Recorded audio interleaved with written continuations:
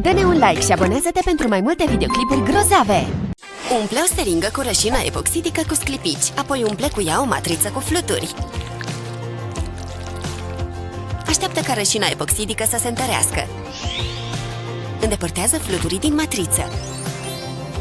Prinde câte un lănțișor de ambele aripi și ai obținut niște cercei care vor atrage toate privirile. Wow, ce bine arată! Cerceii nu trebuie să fie scumpi! Bună, David! Vezi ceva interesant? Ce multe opțiuni sunt! Îmi place ăsta! Wow, ce drăguțe sunt! Dar nu cred că îmi permit nimic. O să plec. Pa! Poate îmi pot crea propriile bijuterii. Am aici tot ce-mi trebuie pentru asta. Ia să vedem. Asta va fi utilă.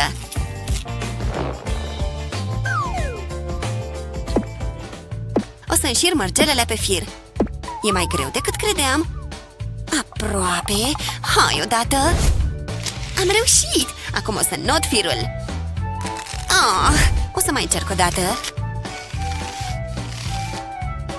Îmi place cum a ieșit. E cam mică. Poate o pot trage peste degete. Ok, nu merge. Trebuie să o întind. Nu! Iar s-a rupt? Ce nervant e! M-am săturat. Brățară idiotă. Voiam și eu o bijuterie drăguță.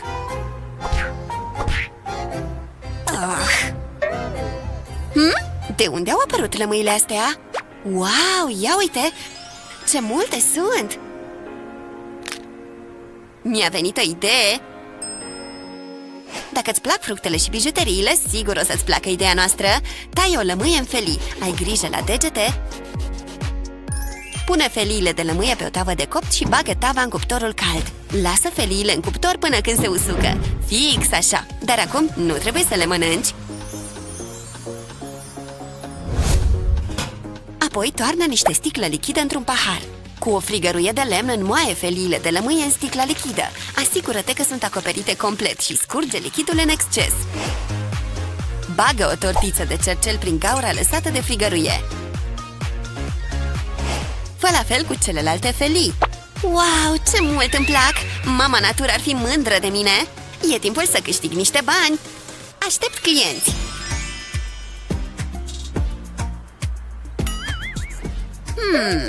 Ce părere ai? Îmi plac foarte mult! Vreau o pereche! Poftim! Bună, Ava! Ce mult îmi plac cerceii tăi! Vrei să facem schimb? Sigur! Poftim!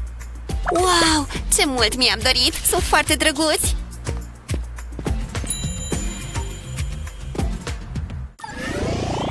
Apasă butonul de like și abonează-te pentru și mai multe clipuri geniale! Primul invitat!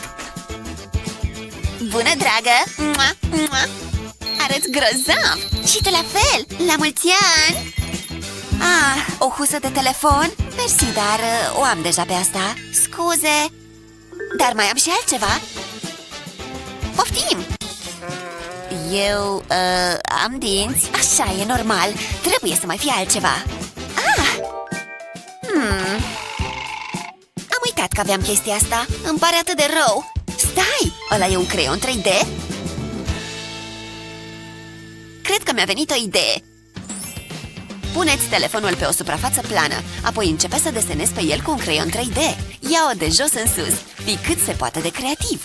Ai grijă doar să acoperi tot telefonul. Încearcă să nu ratezi nicio zonă.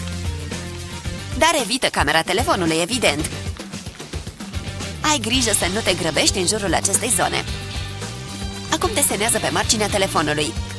Ideea e să creezi o husă de telefon rezistentă și personalizată. Uite așa! Ok, ți-am adus altceva.